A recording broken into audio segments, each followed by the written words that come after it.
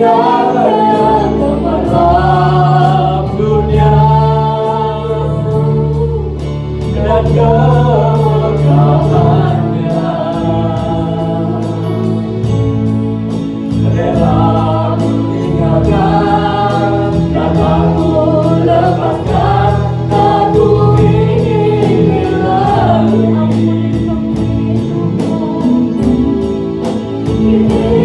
Hanya ku memandang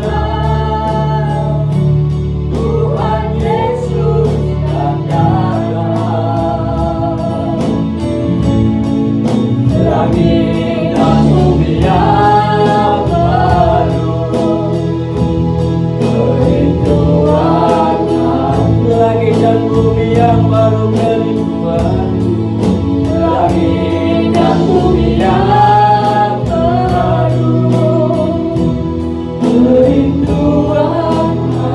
Langit dan bumi yang baru, langit dan bumi yang baru, kerinduan hatiku.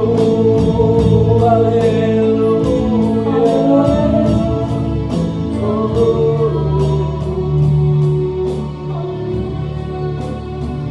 Mataku memandang,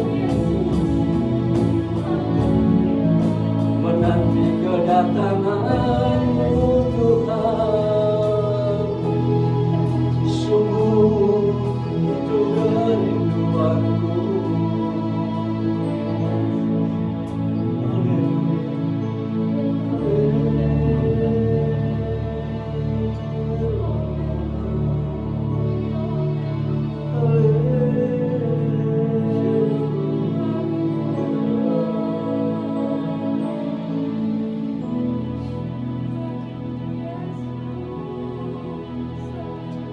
Bapa, kami sungguh menantikan kedatangan Putra Tunggal-Mu Tuhan kami yang mulia Yesus Kristus. Biarlah seluruh sisa hidup kami, kami mau terus berjuang, kami mau terus belajar mengenakan hidup Kristus di dalam hidup kami. Karena ketika nanti Putra Tunggal-Mu datang yang kedua kali, Engkau mendapati setiap kami sungguh-sungguh sudah berkenan, ya Allah. Kami boleh memiliki hati yang menyukakan hati-Mu, hati yang seirama, yang senantiasa melakukan kehendak-Mu dan setia sampai akhir. Tolong kami, tolong kami, Roh Kudus. Saat ini Bapa, kami mohon Bapa berfirman di tengah-tengah kami. Nyatakanlah kehendak-Mu, nyatakanlah isi hati-Mu dan kerinduan-Mu, ya Bapa. Agar kami semua diteguhkan, kami semua dikuatkan, dan kami diperlengkapi dengan kuasa dari tempat maha tinggi, mengurapan Roh Kudus dan Injil dan kehendak yang keluar dari isi hati-Mu, dan membuat kami semuanya berhasil, berkuasa untuk menjadi anak-anak-Mu, menjadi anggota keluarga kerajaan Allah. Nyatakanlah firman-Mu, urapi kami semua dengan Roh Kudus-Mu, baik yang di tempat ini maupun yang ada di rumah mengikuti ibadah ini secara online. Dan kami semuanya akan hidup oleh firman-Mu, dikenyangkan oleh mana surgawi. Berfirmanlah Bapa, kami mendengarkannya, kami membuka hati kami siap mendengarkannya. Di dalam nama Tuhan Yesus Kristus. Haleluya. Amin. Amin. Silakan duduk.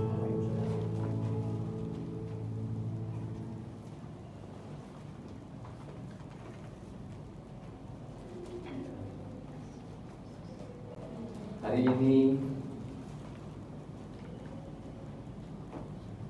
sungguh-sungguh situasi dan keadaan khususnya di kota ini, di kota Surabaya, tempat di mana kita tinggal,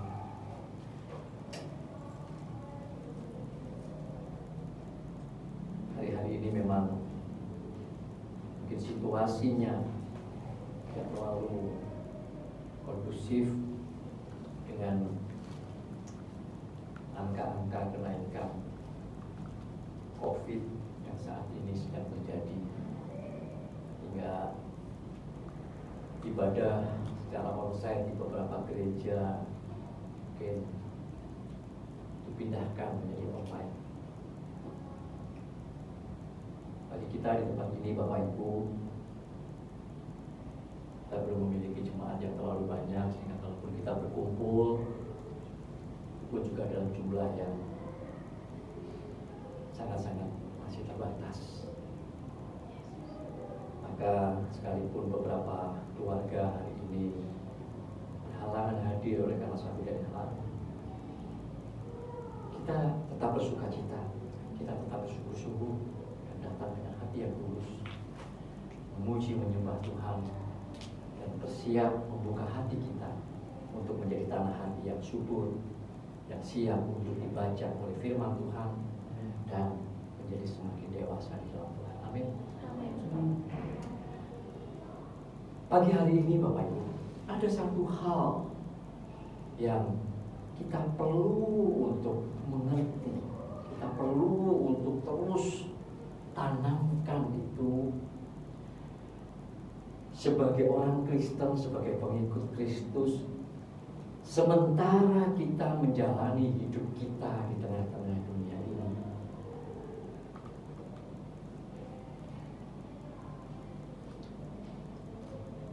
dan hal yang penting, bahkan hal yang mestinya salah satu yang terpenting, atau mungkin satu yang terpenting yang harus terjadi ketika kita menjalani masa hidup kita di dunia ini dalam pengiringan kita kepada Yesus Kristus adalah perubahan hati kita setiap hari, setiap saat, setiap waktu, menjadi sebuah persiapan untuk kita masuk ke dalam kekekalan. Kalau di ruangan ini, di ruangan ibadah kita ini, ada tulisan yang besar yang dapat kita baca, preparing life for eternity, maka persiapan yang harus kita lakukan untuk masuk ke dalam kekekalan itu sesungguhnya adalah perubahan di dalam hati kita. Karena kita tahu firman Tuhan berkata di dalam Amsal 4 ayat 23, dari hati itu terpancar kehidupan. Kalau hati kita, seperti yang Tuhan Yesus katakan, kalau mata hati kita terang, maka teranglah seluruh hidup kita.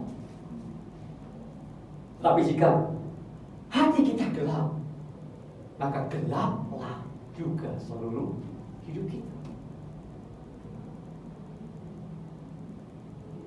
Maka ini menjadi sebuah persiapan terpenting yang harus kita lakukan selama waktu-waktu kesempatan masa hidup kita sebelum kita memasuki kekekalan. Bapak Ibu Saudara, tentu saja ini karena kita memahami, kita mengerti. Di dalam hati kita ini ada yang disebut dengan karakter watak dosa yang begitu kita lahir itu sudah menjadi natur di dalam hati kita. Kalau kita membaca Alkitab di dalam kitab Kejadian, kisah tentang kejatuhan Adam dalam ketidaktaatan, maka itulah awal di mana ketidaktaatan Adam yang dicatat di dalam Kejadian pasal 3 itu kemudian membuat adanya benih dosa di dalam hati manusia. Dan oleh benih hati dosa itu, oleh karena ketidaktaatan Adam terhadap firman yang Allah berikan untuk tidak memakan buah pengetahuan yang baik dan jahat itu, untuk hanya memakan buah dari pohon kehidupan itu, maka sejak itu dengan benih maka berproseslah. Terlebih setelah Adam dan Hawa terusir dari hadirat Allah di Taman Eden, maka manusia memiliki semakin hari hati yang selalu cenderung untuk tidak taat kepada Allah.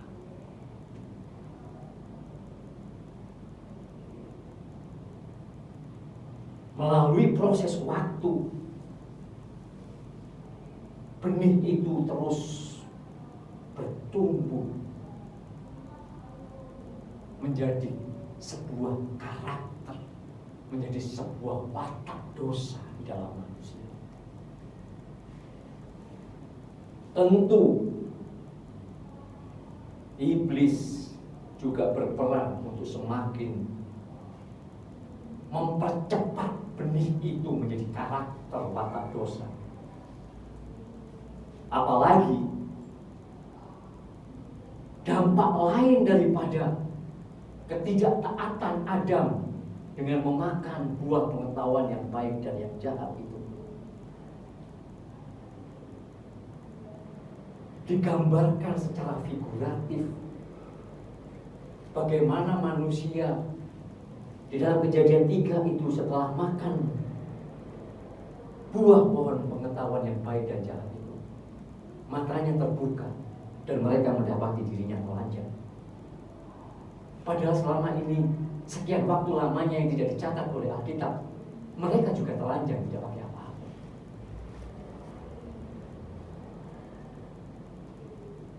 Ini menjadi sebuah penggambaran yang sangat indah sebenarnya, tetapi juga ironis, bahwa sejak itu manusia, Adam dan Hawa yang sebelum makan buah pengetahuan yang baik dan jahat itu, matanya hanya tertuju kepada Allah. Sejak hari itu, sejak saat itu, matanya tertuju kepada yang lain, dan yang lain itu adalah dirinya sendiri. Ada benih keegoisan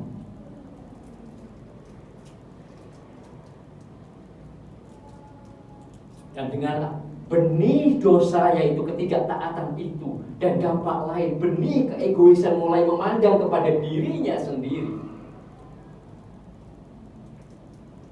maka Kejadian 6 Alkitab mencatat manusia menjadi semakin jahat, kejahatannya semakin besar.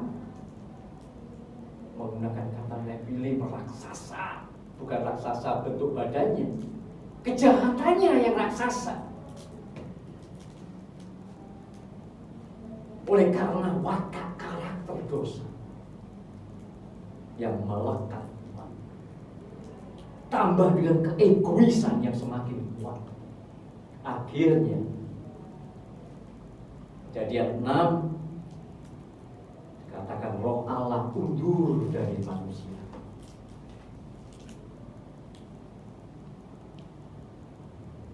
Dan seluruh manusia sampai dengan kita, bahkan sampai nanti manusia yang terakhir, lahir dengan natur dosa, dengan karakter dosa, dengan watak dosa yang harus kita pahami untuk karakter atau watak itu diubah, berubah selama waktu-waktu hidup kita di dunia ini. Apalagi bagi kita, orang-orang percaya di dalam Yesus Kristus sebagai keturunan dari Adam yang terakhir, yaitu Yesus Kristus, yang disebut sebagai umat pilihan perjanjian baru. Maka Allah menghendaki supaya watak karakter dosa yang ada di dalam hidup kita, di dalam hati kita itu mengalami perubahan.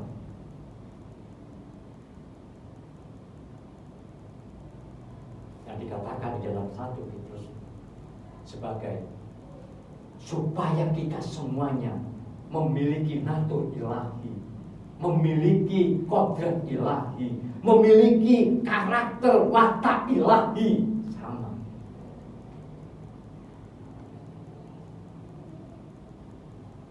Jadi Bapak Ibu Saudara, dengan situasi manusia yang demikian, maka sejatinya proyek terbesar Allah bagi manusia ciptaannya, lebih-lebih kita khususnya orang percaya di dalam Yesus Kristus, proyek terbesar dari Bapa di surga itu adalah bagaimana supaya kita umat pilihan di dalam Yesus Kristus itu bisa berproses kembali untuk memiliki kualitas hati yang serupa dengan hati Allah, sebagaimana proses yang pernah dijalani, yang pernah dialami oleh Adam sebelum ia jatuh ke dalam dosa oleh dalam tipu daya iblis.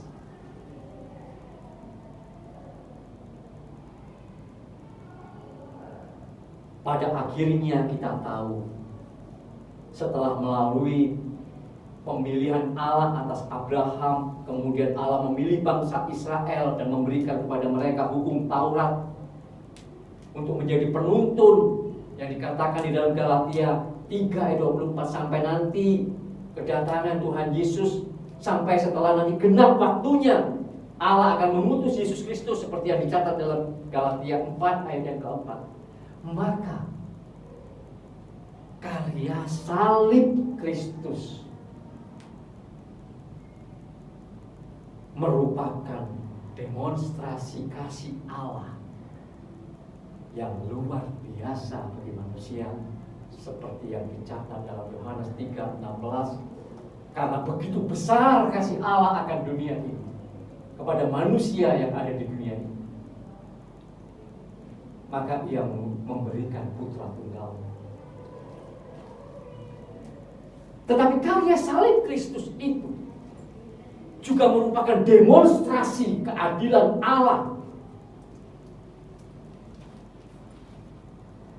yang akan menjadi sebuah solusi final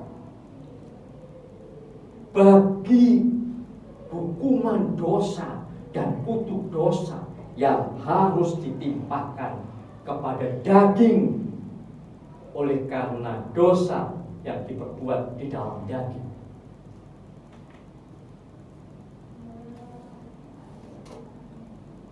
Maka dengan salib ini menjadi sebuah solusi final. Bagi apa? Bagi hukuman dosa. bagi kutuk dosa.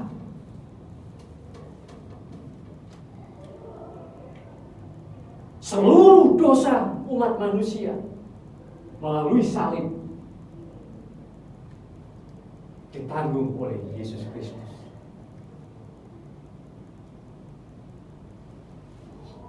Kita tidak lagi melihat ke belakang segala hal yang menjijikkan, segala hal yang memalukan, yang membuat sedih hati Allah oleh karena perbuatan-perbuatan kita. Hukuman dosa, kutuk dosa selesai.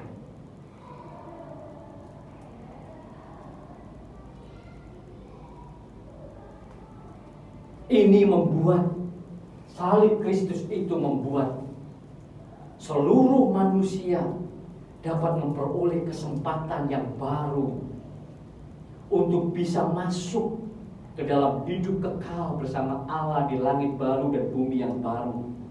Manusia tidak meluncur secara otomatis ke dalam hukuman neraka kekal, tetapi manusia nantinya harus melewati satu step akhir yang disebut dengan penghakiman.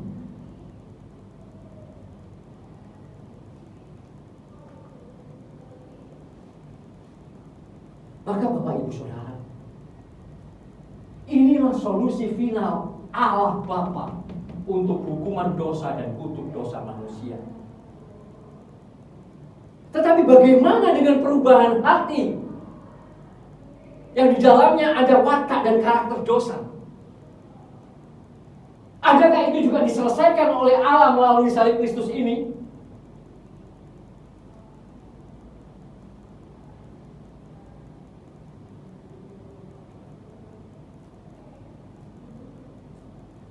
Bapak Ibu, kalau kita membaca di dalam Yeskiel 11 ataupun di dalam kitab Yesaya padanannya, memang kita membaca firman Elohim Yahweh yang berkata di dalam Yeskiel 11 ayat 19 sampai dengan 20 dikatakan di sana, ataupun juga di dalam Yesaya, aku akan memberikan mereka hati yang lain, roh yang baru di dalam batin mereka. Aku akan menjauhkan dari tubuh mereka hati yang keras, memberikan mereka hati yang taat, supaya mereka hidup menurut segala ketetapanku dan peraturanku dengan setia. Maka mereka akan menjadi umatku dan aku akan menjadi Allah mereka. Melalui ayat firman ini,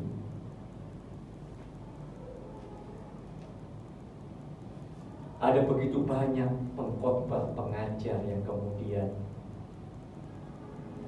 mengajarkan sebuah pemahaman yang tidak tepat atau tidak berlebihan kalau dikatakan itu salah, bahwa seolah-olah melalui ayat itu Allah menjadikan salib ini sebagai solusi final all in. Tidak hanya untuk hukuman dosa dan kutuk dosa manusia supaya manusia bisa dihakimi, tetapi juga kemudian melalui salib ini Kristus menanggung semuanya. Sudah selesai. Kita yang percaya akan memiliki hati yang baru, hati yang taat, roh yang baru yang melayani Tuhan.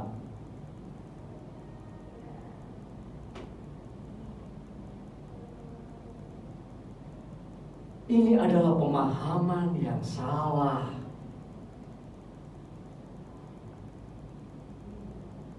Dan pemahaman yang salah ini sudah berjalan puluhan bahkan ratusan tahun.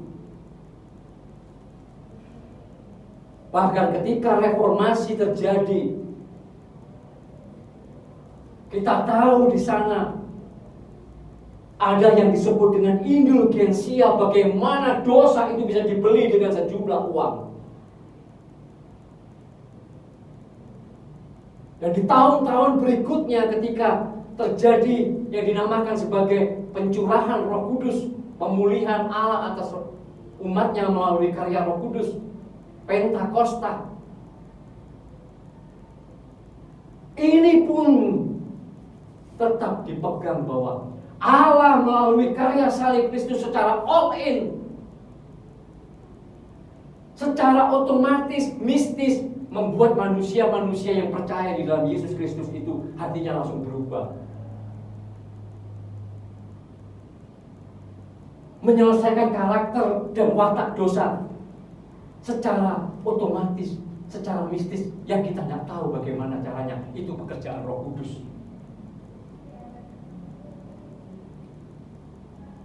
Maka Bapak Ibu Saudara sekalian, dengan pemahaman dan pengajaran yang salah ini, dampaknya akhirnya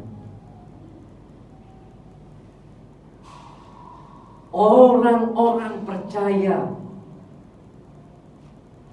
tidak memiliki perjuangan, tidak merasa terlalu perlu untuk berproses mengalami perubahan hati. Karena mereka berpikir itu nanti akan diselesaikan oleh Allah dengan caranya lewat Roh Kudusnya. Yang penting selama kita hidup di dunia ini, kita menjadi orang Kristen, kita tetap percaya kepada Yesus Kristus sebagai Tuhan dan Juru Selamat sampai mati. Nanti ketika mati, tidak tahu bagaimana caranya, tiba-tiba cling, kita akan memiliki hati yang sudah baru.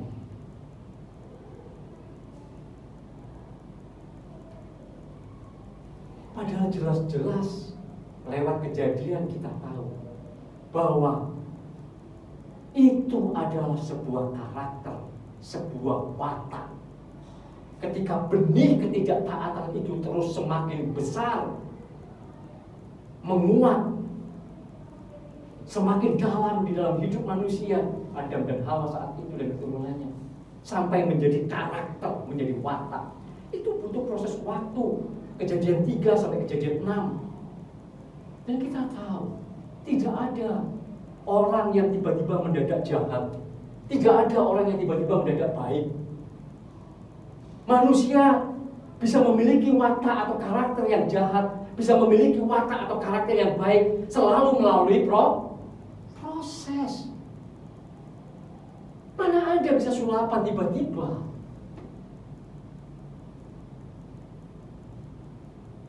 Maka pagi hari ini Bapak Ibu Saudara, kita harus benar-benar memahami, mengerti betapa perubahan hati itulah yang menjadi proyek terbesar Allah. Dan kita tidak boleh memahami ayat di dalam Yeskiel itu seolah-olah Allah akan bertindak secara mistis, secara otomatis merubah hati kita. Sekalipun di sana seolah-olah memang mengesankan, aku akan memberikan hati yang lain, memberikan roh yang baru. Kalau Allah melakukan itu, Bapak Ibu Saudara, Allah artinya mengintervensi manusia yang diciptakan dengan kehendak bebas. Kita tahu bahwa di dalam diri kita Allah menganugerahkan, Allah memberikan kehendak bebas. Manusia tidak diciptakan oleh Allah sebagai robot yang diremote, yang bisa disetel untuk selalu memilih Allah, mengasihi Allah, mentaati Allah, melayani Tuhan. Tidak. Allah memberikan kehendak bebas untuk kita bisa memilih. Kalau lagu tadi kita berkata, aku memilihmu Tuhan, itu bukan karena Allah yang nyetel, kan kita yang harus memilihnya. Lagian Allah tidak ingin punya ciptaan yang seperti itu, berkualitas rendah sekali kalau dirimut. Maka Allah tidak akan pernah, Bapak Ibu Saudara, mengintervensi kehendak bebas manusia dan kemudian secara otomatis memberikan hati yang baru, hati yang tidak lagi berkarakter dosa atau berwatak dosa, tapi berkarakter ilahi, memiliki roh yang taat dan setia kepadanya, semuanya dirimut. Tidak akan pernah. Maka kita harus mengakhiri pengajaran dan pemahaman yang salah itu. yang mengesankan seolah-olah salib Kristus ini menjadi solusi final, all in, termasuk menyelesaikan karakter dosa, watak dosa orang percaya. Tidak demikian. Maka Bapak Ibu, kalau demikian, bagaimana kita memahami firman Tuhan di dalam Yeskiel tadi itu secara benar, secara biblikal, tidak melanggar tatanan Allah, di mana Allah mengintervensi kehendak bebas manusia. Nah, pagi hari ini kita akan diberkati membawa pulang sebuah kebenaran yang akan memperlengkapi kita menjadi orang-orang percaya yang akan mengisi hari-hari hidup kita sejak hari ini dan ke depan nanti sampai kita meninggal dunia, mengisinya dengan perubahan hati yang terus-menerus. Mari kita baca Amsal 3 ayatnya yang pertama sampai dengan yang keempat.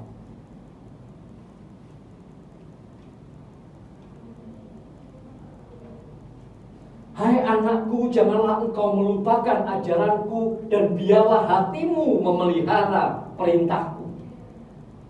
Karena panjang umur dan lanjut usia serta sejahtera akan ditambahkannya kepadamu.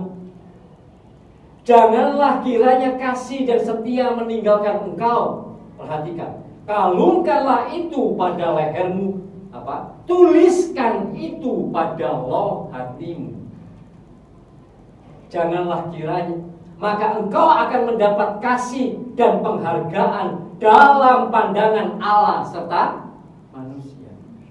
Kita ingat ketika Tuhan Yesus bertumbuh, Tuhan Yesus katakan, ia menjadi semakin besar, semakin bertambah hikmatnya, dikasihi oleh Allah dan manusia. Padanan ayat yang sama di dalam Amsal ini ada di dalam Amsal 7 ayat yang pertama, yang ketiga. Kita baca Amsal 7 ayatnya yang pertama sampai yang ketiga. Hai anakku, berpeganglah pada perkataanku dan simpanlah perintahku dalam hatimu. Berpeganglah pada perintahku dan engkau akan hidup. Simpanlah ajaranku seperti biji matamu. Ayat yang ketiga, tambatkanlah semuanya itu pada jarimu dan dikatakan, tulislah itu pada loh hati.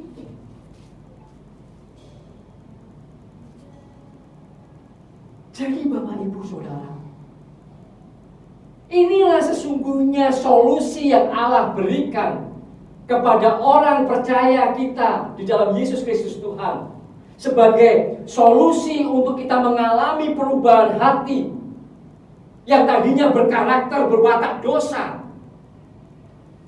supaya berubah mengalami perubahan sampai nanti memiliki hati yang berkenan kepada Allah, roh yang baru, hati yang lain, yang taat dan setia kepada kehendak Allah. Dengan apa? Maka kita tidak boleh lupa ketika Allah menganugerahkan salib Kristus sebagai solusi final untuk hukuman dosa dan kutuk dosa.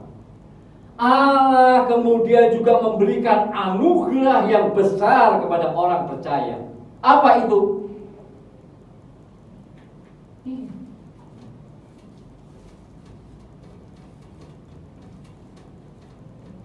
Roh Kudus dan Injil.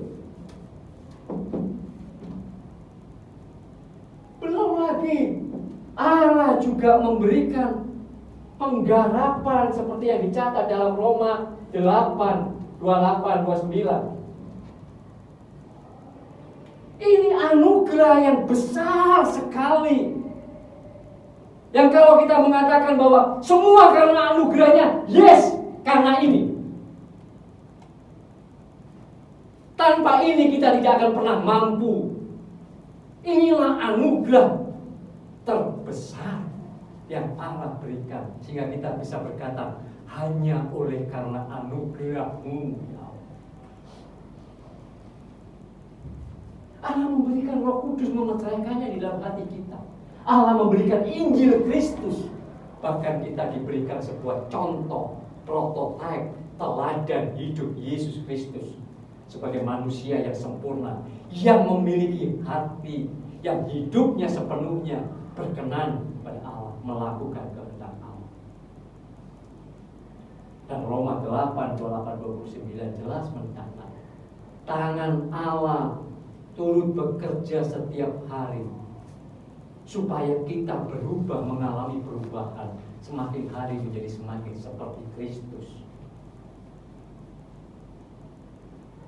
Bapak, Ibu, Saudara, inilah sebenarnya solusi yang Allah berikan kepada orang percaya supaya karakter watak dosa itu lewat tuntunan Roh Kudus, bahkan bukan cuma tuntunan, Roh Kudus itu dikatakan sebagai advisor, penasehat. Bahkan Roh Kudus itu adalah kuasa, Kisah Rasul 1 ayat 8, yang akan memampukan kita untuk memiliki hidup yang pantas, yang layak disebut sebagai saksi-saksi Kristus. Roma 1, Kisah Rasul 1 ayat 8. Roh Kudus dimeteraikan. Injil adalah kuasa Allah yang menyelamatkan, Alkitab berkata.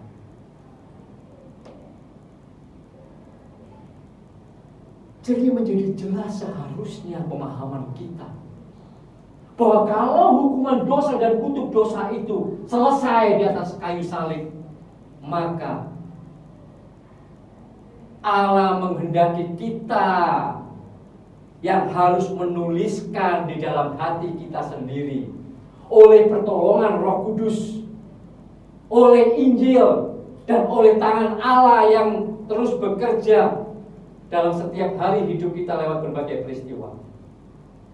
Kita menuliskan, menggoreskan di dalam hati kita kebenaran-kebenaran, kehendak-kehendak Allah, sehingga dalam proses waktu pengiringan kita kepada Tuhan Yesus Kristus, hati kita yang tadinya gelap semakin hari semakin terang. Oleh siapa? Oleh kita sendiri dalam kehendak bebas kita, selalu memilih Allah, selalu menggoreskan, menuliskan kebenaran-kebenaran dan kehendaknya di dalam hati kita. Maka tentu saja hati kita kemudian akan semakin berubah, mengalami perubahan. Lewat berbagai-bagai pikiran, keputusan, dan tindakan perkataan yang kita lakukan. Karakter dosa, watak dosa itu semakin hari semakin kita tinggalkan. Kita mulai memiliki hati yang semakin berkarakter ilahi, semakin berwatak ilahi. Hati yang gelap mulai kita tinggalkan, dan kemudian semakin hari, setiap hari kita semakin melangkah, berproses memiliki hati yang semakin terang, sehingga kemudian dengan hati yang terang itu, dengan hati yang kemudian semakin berkarakter ilahi itu, di sana kemudian akan terpancar kehidupan orang-orang percaya yang semakin hari semakin melakukan kehendak Allah, semakin taat, semakin setia, sampai kita memiliki hati yang seirama, yang serupa dengan hati Allah. Inilah yang harus terjadi di dalam hidup setiap orang percaya. Kalau kita mau memahami bahwa kita tidak mampu melakukannya semuanya itu hanya oleh karena anugerah, maka inilah anugerah itu. Bukan Allah yang menuliskannya di dalam hati kita, sehingga Allah melanggar ketetapannya sendiri, tatanan yang ada di dalam dirinya sendiri. Tentu Allah bukanlah Allah yang demikian. tetapi kita yang menuliskannya oleh karena pertolongan anugerah Allah ini. Kita. Jadi sepulang dari ibadah ini Bapak Ibu Saudara, ayo mari kita mulai berproses dalam perubahan hati ini. Lewat pertolongan Roh Kudus, lewat pertolongan, lewat Injil Kristus, lewat tangan Allah yang merajut, melalui berbagai-bagai peristiwa yang diizinkannya terjadi dalam hidup kita. Dan kita tahu perubahan hati ini juga memberikan sebuah kesempatan. Change.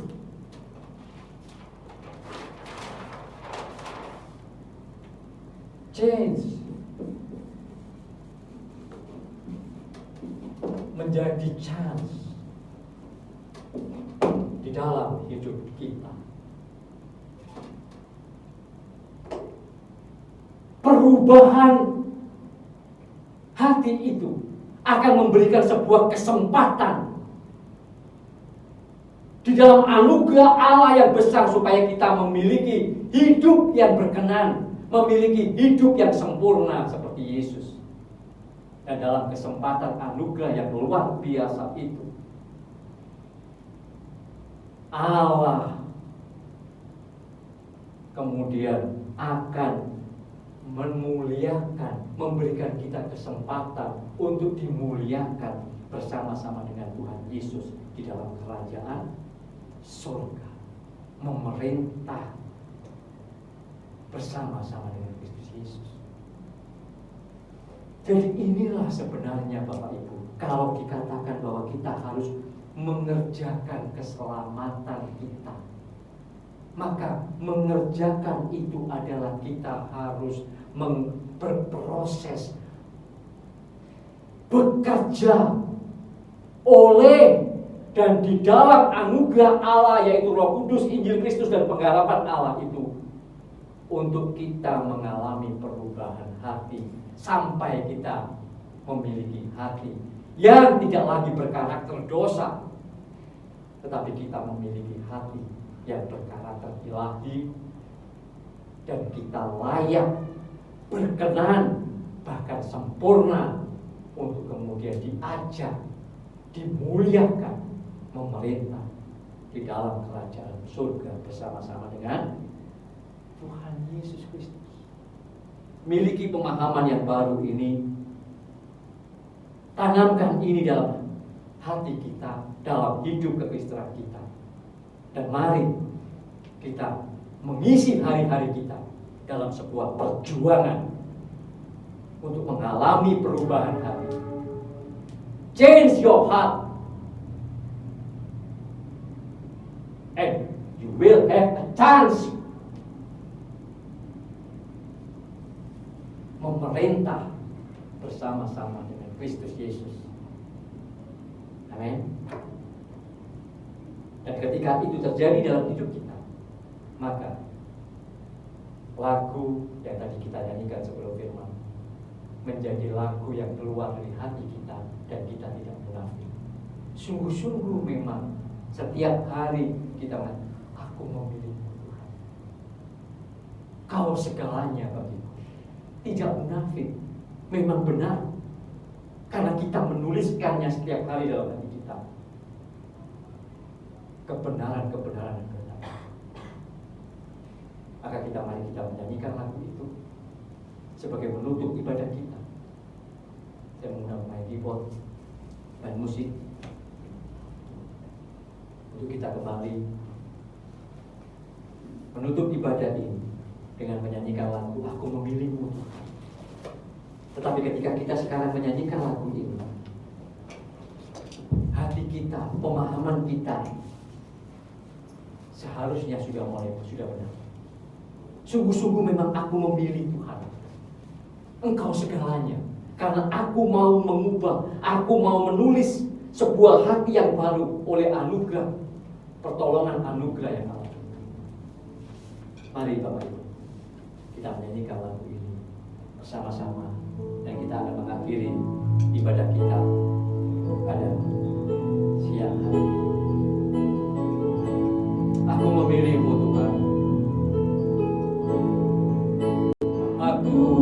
memilih-Mu, Tuhan. Ya Tuhan, Engkau melihat, Engkau menilik hati kami saat ini. Sungguh-sungguh kami mau memilih Engkau. Engkau segalanya bagiku. Dalam setiap langkahku, hidupku telah Kau tebus, hidupku telah Kau tebus. Amin. Dengan darah yang suci, hidupku yang sekarang ini bukannya aku lagi. Aku memilih-Mu, Tuhan. Mari kita bangkit berdiri. Aku memilih-Mu, Tuhan. Kau segalanya bagiku. Tuhan hidupku dalam setiap langkahku. Hidupku telah Kau beli dengan darah yang suci. Hidupku yang sekarang ini bukannya aku lagi. Indahnya dunia, indahnya kemenangan dan kemenangannya. Rela tinggalkan dan aku lepaskan, tak ku ingin lagi. Kini mataku memandang Tuhan Yesus kan datang.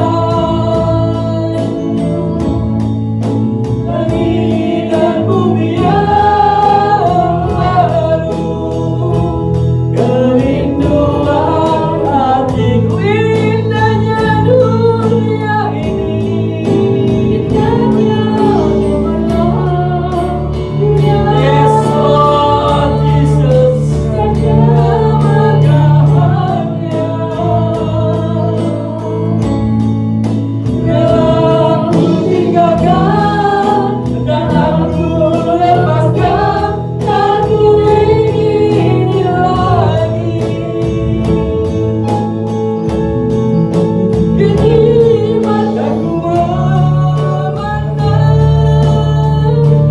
Tuhan Yesus kan datang. Langit dan bumi yang baru, kerinduan hatiku.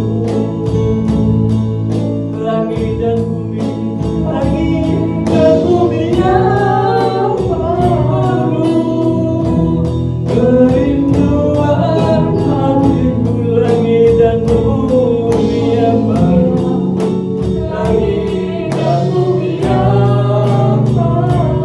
Yes, Lord, kerinduan hatiku.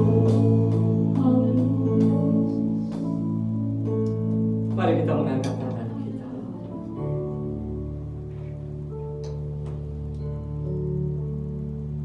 Kita mengambil waktu sejenak untuk kita sungguh-sungguh merenungkan dan menanamkan firman yang barusan kita dengar. Allah menghendaki kita memiliki hati yang baru, memiliki roh yang baru, hati yang tidak lagi berkarakter dosa, tetapi hati yang berkarakter ilahi.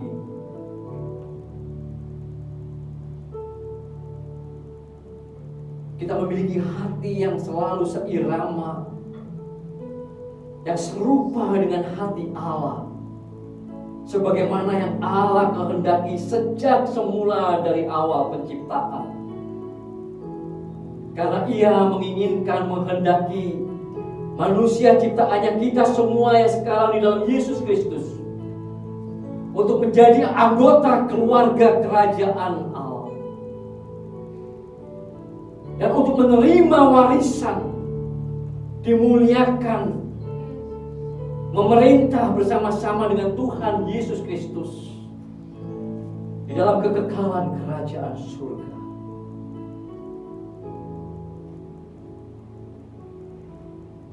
Maka kesempatan waktu hidup kita yang kita miliki, yang Allah anugerahkan, seberapapun panjangnya itu,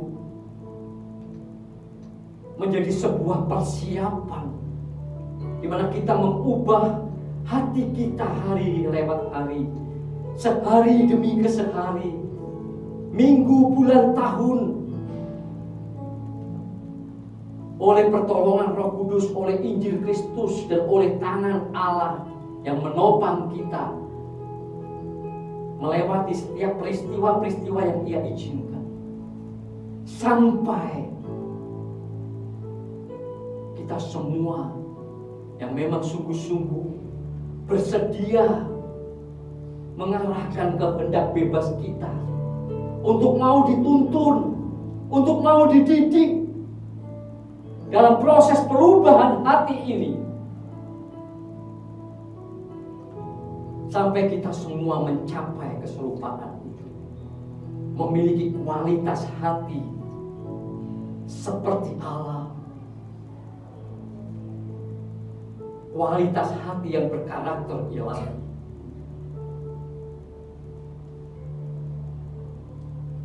Ini kami, ya Bapa di surga, kami mengangkat tangan kami. Saat ini kami memohon belas kasihan-Mu dan juga pengampunan yang daripada Engkau atas setiap kesalahan yang selama ini kami lakukan. Kalau kami masih belum berjuang dengan sungguh-sungguh untuk mengubah hati kami, saat ini setelah kami mendengar kebenaran firman-Mu, kami mau masuk dalam perjuangan itu, ya Bapa. Kami tidak mampu. Hanya Engkau oleh anugerah-Mu yang sudah Kau berikan yang begitu besar, Roh Kudus, Injil, dan tangan kuasa-Mu, yang akan memampukan kami, yang akan membuat kami berhasil dalam proses perubahan hati ini sampai kami memiliki hati yang baru. Tapi kami mau, pagi hari ini kami mengangkat tangan di hadirat-Mu, ya Pak. Kami mau, kami bersedia. Proses kami, didik kami, tuntun kami. Terima kasih Bapa di surga. Kami mengucap syukur untuk anugerah, kesempatan, kasih karunia. Dan saat ini sementara kami mengangkat tangan kami, ya Bapa yang Maha Baik, kiranya Bapa berkenan saat ini mencurahkan berkat kekal yang dari surga turun atas kehidupan kami semuanya. Berkat jasmani dan berkat rohani yang di dalam hidup kami bersama-sama dengan Yesus Kristus dan dalam persekutuan dengan Roh Kudus akan menjadi berkat kekal sampai kami berjumpa dengan Engkau di rumah-Mu. Terima kasih Bapa. Kami mengucap syukur, kami bersuka cita untuk berkat kekal yang sudah Kau berikan, Kau curahkan kepada kami semuanya saat ini. Di dalam nama Tuhan Yesus Kristus, kami berdoa, kami mengucap syukur, segala puji, hormat, kemuliaan hanya bagi Bapa di surga, dalam nama Yesus Kristus Tuhan. Haleluya. Amin. Amin. Terima kasih Bapak Ibu Saudara, selamat hari Minggu. Tuhan Yesus memberkati semua.